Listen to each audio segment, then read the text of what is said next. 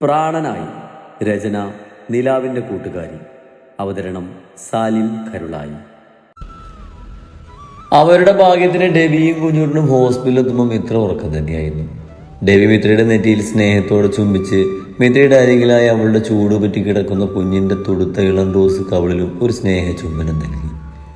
ഡെവിയുടെ താടിയും മീശയും കവിളിലിരുന്നും കുഞ്ഞൊന്ന് ചിടുങ്ങി കണ്ണു തുറന്ന് ഡെവിയെ നോക്കി. പിന്നെ വലിയ വായിൽ ശ്വാസം കിട്ടാത്തതുപോലെ ഉറക്കെ കരച്ചിൽ തുടങ്ങിയിരുന്നു. കുഞ്ഞിൻ്റെ ഉറക്കെയുള്ള അലറിക്കരച്ചിൽ കണ്ടതും ഡെവിയുടെ കണ്ണൊന്നും വിഴിഞ്ഞുവെങ്കിലും ഡെവി കരയുന്ന കുഞ്ഞിനെ വേഗം വാരിയെടുത്ത് കരച്ചിൽ മാറ്റാൻ നോക്കിയെങ്കിലും കുഞ്ഞിപ്പെണ്ണ് കരച്ചിൽ മാറ്റുന്നുണ്ടായിരുന്നില്ല. മിത്രയുടെ അമ്മയും ഏട്ടതിയും അയ്യരും അപ്പച്ചനും ഡാനിയും ഒടുക്കം കുഞ്ഞുട്ടിനും എല്ലാം മാറി മാറി എടുത്ത് കരച്ചിൽ മാറ്റാൻ നോക്കിയെങ്കിലും കരച്ചിൽ കൂടി വരികയല്ലാതെ തൊല്ല് പോലും കുറഞ്ഞില്ല. കുട്ടികളുടെ ഡോക്ടറായിട്ട് പോലും കുഞ്ഞിൻ്റെ കരച്ചിൽ കണ്ട് കുഞ്ഞുട്ടിനും പേടിച്ചു പോയിരുന്നു. ചേട്ടത്തി ഒന്ന് എടുത്തു നോക്കി. പെട്ടെന്നെന്തോ ഓർത്ത പോലെ കുഞ്ഞുട്ടൻ ബെഡിൽ ചാരിയിരിക്കുന്ന മിത്രയുടെ കയ്യിലേക്ക് കുഞ്ഞിനെ വെച്ചു കൊടുത്തു. കരയില്ല വാവേ. മിത്ര കുഞ്ഞിനെ നെഞ്ചിലേക്ക് ചേർത്ത് പിടിച്ച് പതിയെ തട്ടിക്കൊടുത്തതും കുഞ്ഞിക്കുറുമ്പിയുടെ കരച്ചിൽ പതിയെ നേർത്ത് വന്നിരുന്നു. മിത്രയുടെ കയ്യിലെത്തിയതും കുഞ്ഞിപ്പെണ്ണിന്റെ കരച്ചിലടങ്ങിയപ്പോഴാണ് എല്ലാവർക്കും ആശ്വാസമായത്. ഈ കടുകുമണി ആൾ ഇത്തിരി സീനാണല്ലോ. മിത്രയുടെ നെഞ്ചോട് പറ്റിക്കിടക്കുന്ന കുഞ്ഞിന്റെ കയ്യിൽ പിടിച്ചുകൊണ്ട് കുഞ്ഞുട്ടൻ പറഞ്ഞതും മിത്ര നിറച്ചിരിയോടെ തന്നെ നെഞ്ചിൽ പറ്റിക്കിടക്കുന്ന കുഞ്ഞിനെ നെറുകയിൽ ചുംബിച്ചു. രാത്രിയിലാണ് പിന്നെ മിത്രയുടെ ഏട്ടന്മാർ രണ്ടുപേരും വന്നത്. എന്തായി? അവരെ കാണുന്ന ക്യാൻറ്റീനിൽ പോയി വരുന്ന ഡെവി ആകാംക്ഷയുടെ കാര്യം തിരക്കി. അവന്റെ ശല്യം ഇനി കുഞ്ഞിക്ക് ഒരിക്കലും ഉണ്ടാകില്ല. നിറഞ്ഞ ചിരിയോടെ ഡെവിയുടെ തോളിൽ തട്ടി അവർ പറഞ്ഞതും കാര്യം വ്യക്തമാകാതെ ഡെവി സംശയത്തിൽ അവർ നോക്കി. ഫോണല്ലേ കയ്യിൽ, ആ ന്യൂസ് ഒന്ന് വെച്ച് നോക്ക്. ചിരിയോടെ അതും പറഞ്ഞ് ഇരുവരും ഉള്ളിലേക്ക് പോയതും ഡെബി അവിടെ തന്നെ നിന്ന് ഫോൺ എടുത്ത് നോക്കി. ന്യൂസ് ഓപ്പൺ ആക്കിയതും ബ്രേക്കിംഗ് ന്യൂസിൽ വ്യാസിന്റെ മരണവാർത്ത അറിഞ്ഞ് അവരൊന്ന് അമ്പരുന്നു. ആക്സിഡന്റ് ആണെന്ന് മീഡിയാസ് പറയുന്നുണ്ട്. കൂടെ റോഡിലൂടെ തിരക്കിട്ട് പോകുന്ന വ്യാസിനൊരു ടിപ്പർ തട്ടിപ്പോകുന്ന CCTV വിഷ്വൽസും ഉണ്ട്. ഡെവിക്ക് അതൊരു നാച്ചുറൽ ഡെത്ത് ആണെന്ന് വിശ്വസിക്കാൻ കഴിഞ്ഞില്ല. അവനോട് ഉള്ളു നിറയെ ദേഷ്യമായത് കൊണ്ട് തന്നെ അതിൽ പ്രത്യേകിച്ചൊന്നും തോന്നിയതുമില്ല. ഡേവിഡ് ഫോൺ ഓഫാക്കി തിരികെ പോക്കറ്റിലിട്ട് റൂമിലേക്ക് പോയി. ഇത്രയും നേരം നിങ്ങൾ എവിടെയായിരുന്നു? റൂമിലേക്ക് കയറി വന്നവരെ കണ്ട് മിത്ര ചോദിച്ചു. ഞങ്ങൾ അത്യാവശ്യമായിട്ട് ഒരു വർക്കിന്റെ ഭാഗമായി കുറച്ച് ദൂരെ പോകേണ്ടി വന്നു.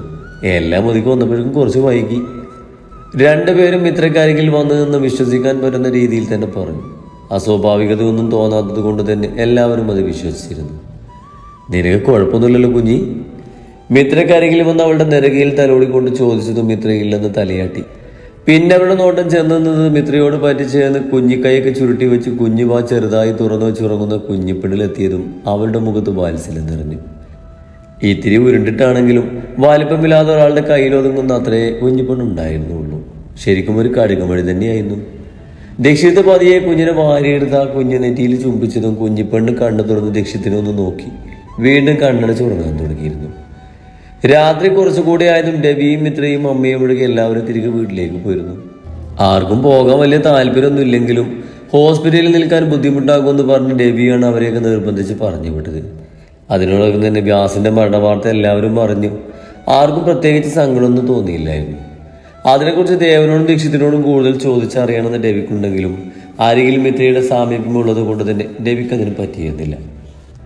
രാത്രി രവിയെയും മിത്രയുടെ അമ്മയെയും കുഞ്ഞിപ്പെണ്ണ് ഉറങ്ങാൻ സമ്മതിക്കാതെ ഫുള്ള് കരച്ചിലായിരുന്നു. രണ്ടുപേരും മാറി മാറി എടുത്തുകൊണ്ട് നടന്നു. വയറിൽ സ്റ്റിച്ചുള്ളത് കൊണ്ട് തന്നെ മിത്രയ്ക്ക് എണീറ്റ് കുഞ്ഞിന് പാല് കൊടുക്കാനും ബാത്റൂമിൽ പോകാനും എല്ലാം ഒരാളുടെ സഹായം ഇല്ലാതെ പറ്റില്ലായിരുന്നു. അവളുടെ കാര്യങ്ങളെല്ലാം ശ്രദ്ധിച്ചത് രവി തന്നെയായിരുന്നു. കരച്ചിലും പിടിച്ചിലും ഒക്കെ കഴിഞ്ഞ് കുഞ്ഞിപ്പെണ്ണ് ഉറങ്ങുമ്പോൾ നേരം പുലർന്നിരുന്നു. ഡെവി ഫ്രഷായി വേഗം പോയി ക്യാൻറ്റീനിൽ നിന്ന് ചൂട് ചായയും ബ്രെഡും വാങ്ങി വന്നു. ദേവ എണീറ്റ് വന്നേ, വാ ചായ കുടിക്കാം. ഉറങ്ങുന്നവളെ ഡെവി തട്ടി വിളിച്ചു. അടുത്ത ബെഡിൽ കിടന്ന് മിത്രയുടെ അമ്മയും നല്ല ഉറക്കാണ്. അവരും ഒന്ന് കിടന്ന് കണ്ണടക്കുന്നത് ഇത്തിരി മുമ്പാണ്. കുറച്ച് കഴിയട്ടെ, ഈ ചായ കുറച്ച് നേരം കിടന്ന് ഉറങ്ങാൻ നോക്ക്. ഡെവി ഇന്നലെ ഒന്നും ഉറങ്ങിയിട്ടില്ലെന്ന് അറിയാവുന്നത് കൊണ്ട് മിത്ര പറഞ്ഞു. എനിക്ക് ഉറക്കൊന്നും വരുന്നില്ല, നീ എണീറ്റ് വന്നേ. ഡെവി പതിയെ അവൾ എണീപ്പിച്ചു. കുഞ്ഞിപ്പെണ്ണിന്റെ ഇരു സൈഡിലും തട വെച്ച് മിത്രയും കൊണ്ട് അവൾ ബാത്റൂമിലേക്ക് പോയി. മിത്രയെ തിരികെ ഫ്രഷാക്കി കൊണ്ടുവന്ന് ബെഡിലെത്തി ചായ ചൂട് ഭാഗമാക്കി മിത്രക്ക് കൊടുത്തു. ഈ ചായ കുടിക്കുന്നില്ലേ? ഞാൻ കുറച്ച് കഴിഞ്ഞ് കുടിച്ചോളാം. അത് പറഞ്ഞ് ഡെവി 4 ബ്രെഡ് എടുത്ത് മിത്രയുടെ കയ്യിലേക്ക് വെച്ച് കൊടുത്തു. സ്റ്റിച്ചുള്ളത് കൊണ്ട് തന്നെ അത് ഉണങ്ങുന്നത് വരെ കനം കുറഞ്ഞതും എണ്ണമയം ഇല്ലാത്തതുമായ ഭക്ഷണം മാത്രമേ അവൾക്ക് കഴിക്കാൻ പറ്റുകയുള്ളൂ. മിത്ര കഴിക്കാൻ തുടങ്ങുന്ന നേരത്താണ് കുഞ്ഞിപ്പെണ്ണ് എണീറ്റ് വീണ്ടും കരച്ചിൽ തുടങ്ങിയത്. ചായ കുടിക്ക് ദേവ, ഞാൻ എടുത്തോളാം കുഞ്ഞിനെ. ചായ തിരികെ വെച്ച് കുഞ്ഞിനെടുക്കാൻ ആഞ്ഞവളെ തടഞ്ഞ് രവി പറഞ്ഞു. കുഞ്ഞിപ്പെണ്ണ വാരിയെടുത്ത് നെഞ്ചോട് ചേർത്തതും കൈ ചൂടടഞ്ഞതും കുഞ്ഞിന്റെ കരച്ചിൽ പതിയെ നേർത്തു വന്നിരുന്നു. എടുത്താലും പോരാ കുഞ്ഞിപ്പെണ്ണിന്, അവളെ പതിയെ ആട്ടിക്കൊണ്ട് നടക്കുകയും വേണം. എന്നാൽ മാത്രമേ കുഞ്ഞിപ്പെണ്ണിന്റെ കരച്ചിൽ ശരിക്കും മാറൂ. രവി കുഞ്ഞിനെയും കൊണ്ട് നടക്കുന്ന നേരം കൊണ്ട് മിത്ര ചായ മുഴുവൻ കുടിച്ചു കഴിഞ്ഞിരുന്നു.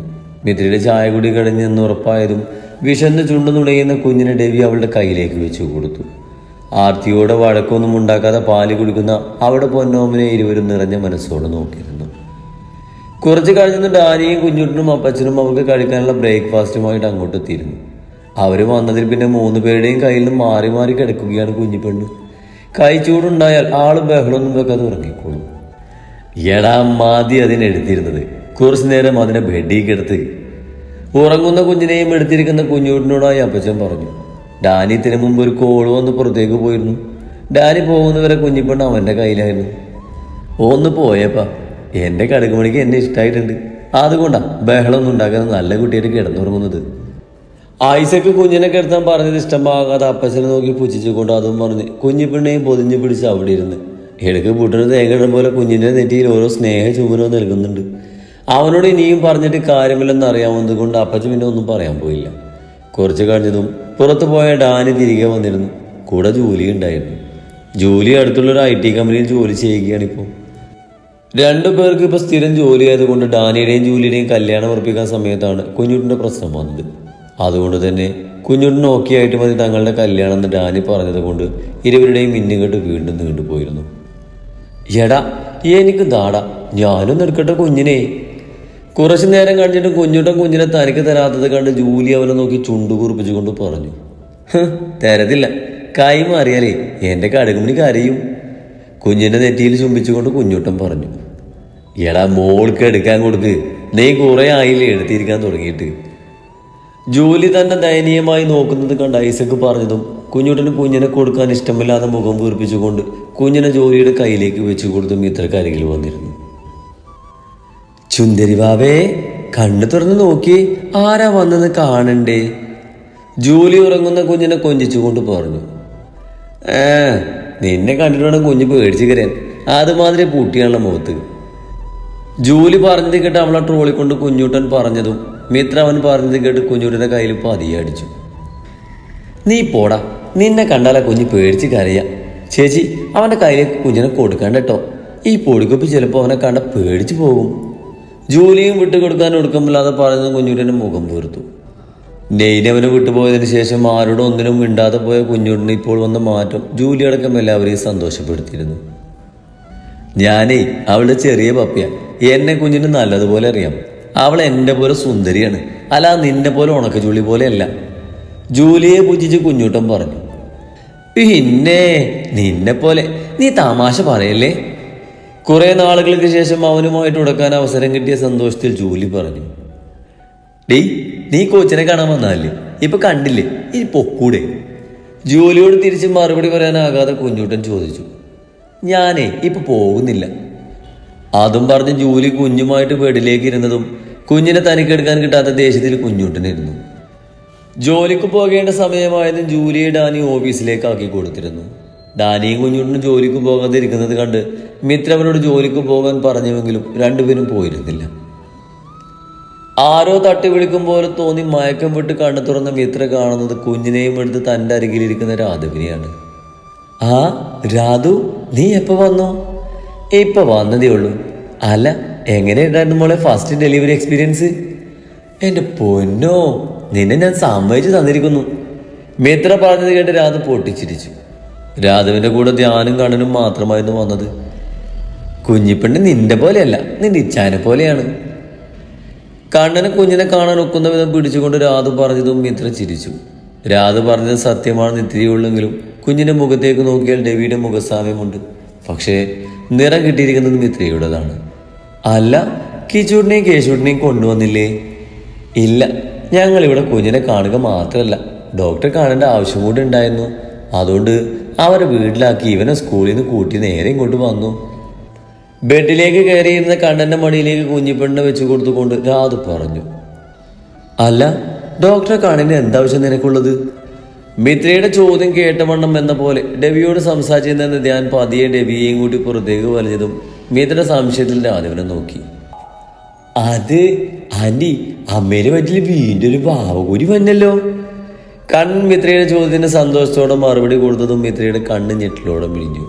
ആവശ്യസിദ്ധിയോടെ മിത്ര രാധവനെ നോക്കിയതും നാണത്തിൽ പൂത്തിലഞ്ഞിരിക്കുന്നവളെ കണ്ടതും കണ്ണൻ പറഞ്ഞത് സത്യമാണെന്ന് മനസ്സിലായിരുന്നു.